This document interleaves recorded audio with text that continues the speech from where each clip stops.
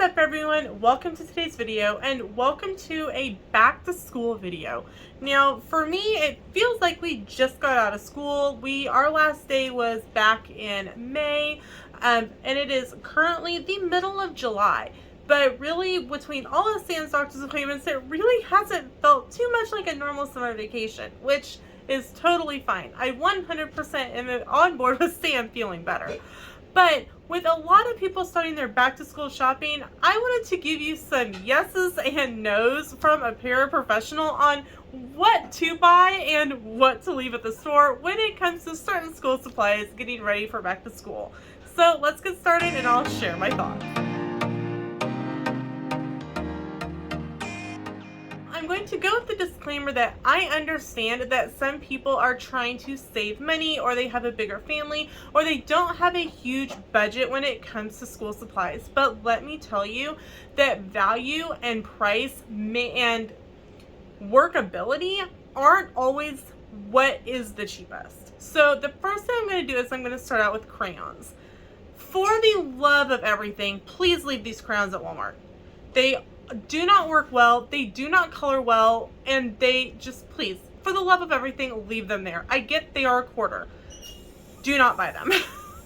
The next one that we're going to talk about is this one, which is the Crazy Art 24 count for 40 cents. Now these prices are my local Walmart. They may be different from yours.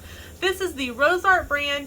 Now they aren't a bad crayon, but they don't always work well. Like sometimes they'll like skip in coloring. I don't know how, but they do. And sometimes they just don't last. Please, they're great for at home, but please don't send them to school. This one right here, Crayola 24 count, which is 50 cents during back to school, is the crayons to get. Let me tell you, it is just the best crayons for school. Back to school, period. Buy these crayons, even stock up on a few extras for either at home, travel, or even replenishing school supplies at Christmas, which I will talk about at the end of the video. Markers. These are the Thin Point Crazy Art for 75 cents. Again, it's the Rose Art brand. Please just don't send them. They wear out and dry up super quick. Please don't send them. Because for 97 cents, you can buy the Crayola brand, which are much better, much cleaner, much crisper, and they don't dry out near as fast. Now, you're going to probably be thinking, okay, Lena, are you being paid by Crayola to make this video? No. These are just what I've seen and experienced working at the school. The next item is thick markers. Again, these are the Rose Art markers for 75 cents. Again, they dry out super quickly. Please don't get them because, again, for 97 cents, you can get the 10 count broadline markers from Crayola and they will last a lot longer and they're going to have a lot cleaner coloring. I will say, especially in the younger grades, they do so much coloring, so much crafting that these markers will wear out. I have seen Crayola markers wear out, but they wear out a lot slower than the other brands do. Now we are at colored pencils. This is a 12 count Rose Art colored pencil. I will say that the reasoning behind not buying these is sharpening them. I do not know how many times I have sat and sharpened a pencil for it to almost eat the whole colored pencil the first time that I tried to sharpen it for a student. Just the quality of the pencil is not great. This is a 12 count colored pencil from Crayola. Now, it kind of along the same way, depending on the type of wood that's used, it is sometimes just tries to eat the colored pencil. I've seen it happen to Crayolas as well, but I will say that these colors are still a little bit more crisp than the Rose Art, and they color and they're a lot softer to color with. And if you do the price difference between 97 cents and 75 cents, just go with the Crayola. And note in fact that a lot of schools are going towards requiring all of the art supplies to, like crayons, colored pencils, markers, to be Crayola because of the brand and how good they actually work. Next up is glue sticks. Again, this is the Walmart brand. This is the Pin and Gear glue sticks, 2 for $1. Leave them there. Please don't send them to school. Please just don't. Please just leave these at Walmart. They do not work. They dry out super fast, and sometimes we open them at school and they come dried out. And so we have to send a note home, hey, please send more glue sticks because the ones that you sent are dried out and they're not usable. So please just leave those there. These are the best glue sticks. That's Elmer's glue sticks, 2 for 50 cents. And sometimes you can even find great deals like this. It is a 6-pack of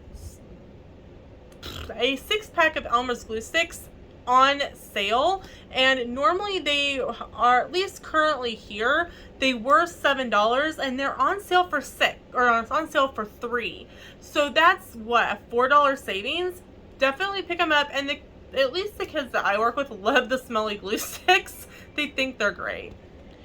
So the next thing is pencil boxes. These are pretty much all that your kids are going to need. It is a 97-cent pencil box. Your stuff's going to fit in it. Now, the other ones are great. They do the job, but some of them I have found come apart a lot easier just than the standard plastic pencil box. Now, these are clear, but you know that they come in multiple different colors: clear, blue, pink, red, green, orange, blue, whatever you want. Colors are massive amount of colors, and they do the job. You don't need something super expensive or decorative to hold crayons, markers, colored pencils, scissors, whatever. It saves you money and saves sanity. Next, we're going to talk pencils. Now, I have a couple ways to go on pencils. Please don't send these. These are the Pen and Gear Walmart brand 24 count for $1. Also, please don't send these. They do not sharpen well, and at least in the classroom grade that I work in, they turn all of their pencils into the teacher, and they are, as pencils get worn down, used up, whatnot, we toss them, get out more pencils, sharpen them, and put them back in their pencil caddies. They don't keep them in their tub. Now, I will say Ticonderoga typically is the best pencil that you can buy. This is a 48 count for $2.50. Again, these prices are local to me. The prices may be different for you, but the thing still stands. Ticonderoga is one of the best brands that you can buy, and it will save the teachers in your life multiple days of sanity, because these write well, they sharpen well typically. Now, we have found that sometimes Ticonderoga doesn't sharpen the greatest, but they still sharpen better than the other pencils that I showed you to begin with. And on that note, these are great erasers. They may be Walmart brand, but they still work really well. And if you are using erasers at home and you're like, man, this is a really big eraser for my kid, here's a tip that I saw, and I don't remember where I saw it, but it is phenomenal. Cut the erasers in half, especially in younger kids, because their hands are really too small for this huge eraser. Cut it in half, and it's smaller for them to hold on to, and really you're going to make your eraser last longer. These don't erase well. They rip the paper, and especially in younger grades, kids argue over them. That's mine. No, it's not. Please don't send them. Also, I've got pictures in front of me that keep clicking off of them. These are okay for pencil cap erasers. Definitely if you're buying pencils for your child's classroom, pick up a bag of pencil cap erasers and toss them in there, because let me tell you, they just go through so much. They erase a lot, especially younger kids, because we erase and redo just so that they make sure, especially if they are making letters incorrectly or they're writing sloppy, we have to erase and redo. So this is always great to have on hand. We went through so many cap erasers in the classroom I worked in last year. So as far as like scissors and binders and spiral notebooks and folders go, I really don't have an opinion on those, because it is what it is. But Crayons, markers, colored pencils, erasers. This is my opinion coming from someone who works with students and deals with art supplies, working with students. Please think of your teachers. Even if you think that you have the worst teacher ever, don't send them horrible school supplies, because that's not going to make them any happier. So that's it for today's video. Let me know in the comments, are you getting ready to do back to school shopping? Oh, the thing I was going to mention, when you are buying school supplies, buy an extra set of crayons, colored pencils, markers, erasers, and pencils. Why? Because by Christmas, they're starting to wear out. Quite frankly, especially in younger kids and younger grades, their crayons break really quickly into the school year. Had a kid, 3rd day into school, the first week of school, because we go back on a Wednesday, so Wednesday, Thursday, Friday, on that Friday, broke one of their crayons in half. First week of school, crayons are broken.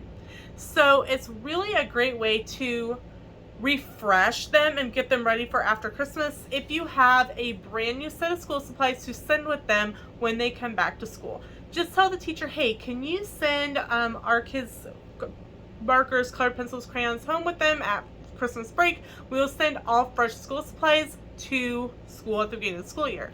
And along that note, if you're planning on some sort of trip, whether you are going on a cruise, Disney, Universal, to grandma's house, wherever, this is a great time to pick up supplies for a fun bag or some sort of fun activity for those trips, because the school supplies are so much cheaper. Or, like myself, who works in a school, I typically pick up crayons and coloring books for Halloween or for Christmas, because it's something different, and it's for Halloween, not more candy, because we know they need more candy, like a hole in the head. It's a great time to spend about a quarter of what I would normally spend on the supplies, and kids love to color. So that's it for today's video. Let me know in the comments what you think, and what school supplies do you buy, and does your school follow the rule, or how are they starting to implement the Crayola only products for their art supplies? Let me know in the comments. Thanks so much for watching, and we'll see you in the next video. Bye everyone!